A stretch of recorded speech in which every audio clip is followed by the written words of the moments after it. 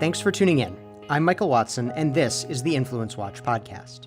In this episode, George Soros' main foundation hires prominent Democrats to lead its U.S. operations, big-time left-wing donors register hundreds of thousands of voters for the midterm elections, and Pennsylvania Teamster bosses try to shame their members into voting correctly.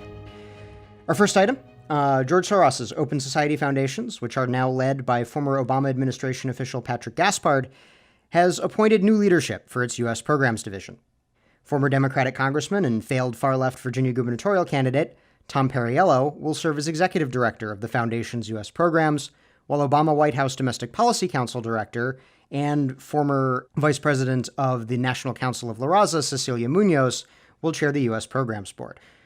When you hear that an organization is Soros-funded, what that typically means is that it's taken money from the Open Society Foundations, shorthand OSF, or the related Foundation to Promote Open Society, which are the principal tax-exempt vehicles that George Soros uses to fund his policy advocacy.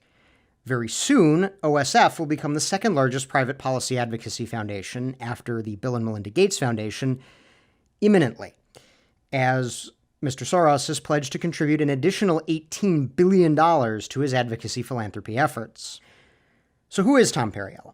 From 2009 to 2011, he was a congressman from the U.S. state of Virginia. Rode President Obama's coattails before being defeated in the 2010 Tea Party Republican House wave, in part because he racked up a down-the-line left-wing voting record.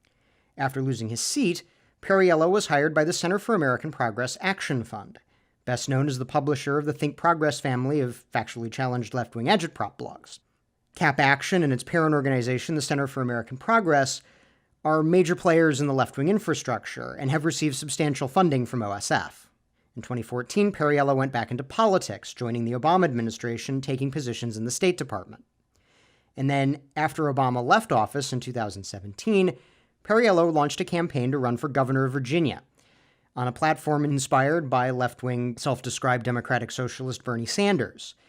And in his campaign, he received substantial financial support from George Soros, who is not a Virginia resident.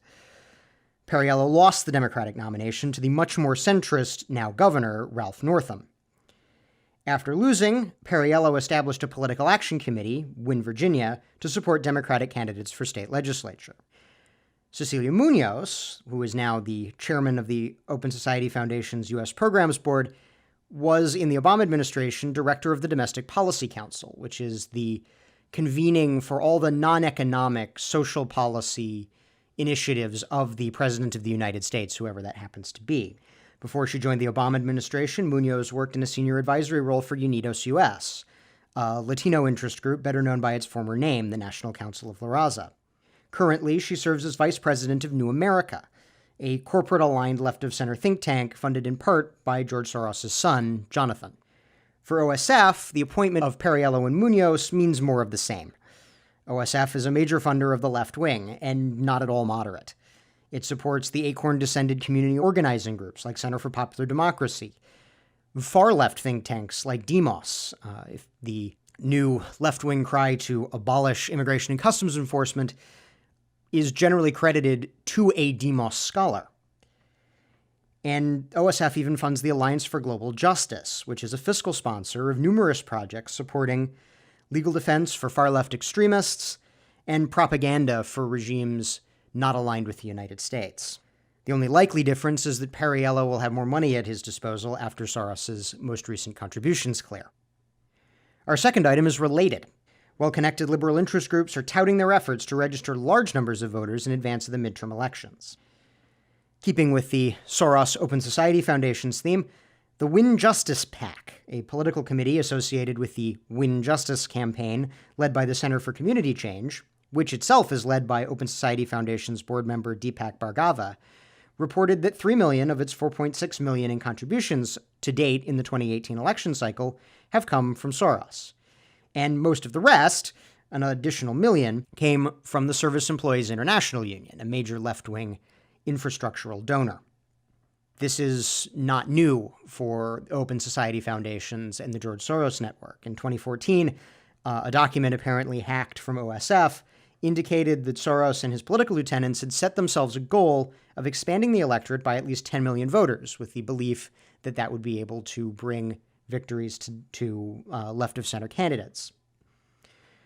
Other Win Justice supporters include Planned Parenthood Votes, the political arm of the Planned Parenthood Federation of America, the largest advocate for abortion in the country. Color of Change PAC. These groups are targeting Florida, Nevada, and Michigan, all states with competitive gubernatorial or U.S. Senate races, or both.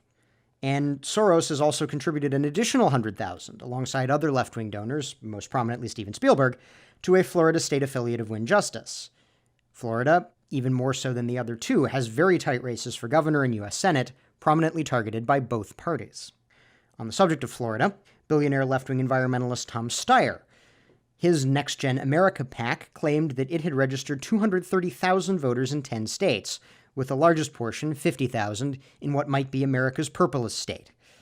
The canvass targeted younger voters, supposedly part of an emerging Democratic majority of left-leaning demographic groups who will supposedly swamp conservatives in future elections.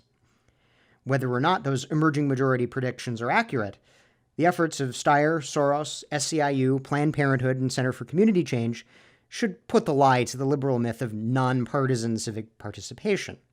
Tax-deductible charities and foundations like OSF claim to be supporting nonpartisan voter outreach, but how credible is that nonpartisanship when their non-tax-deductible arms are openly bragging about their partisan impact in congressional, gubernatorial, and Senate elections in what will, in 2020, be presidential swing states?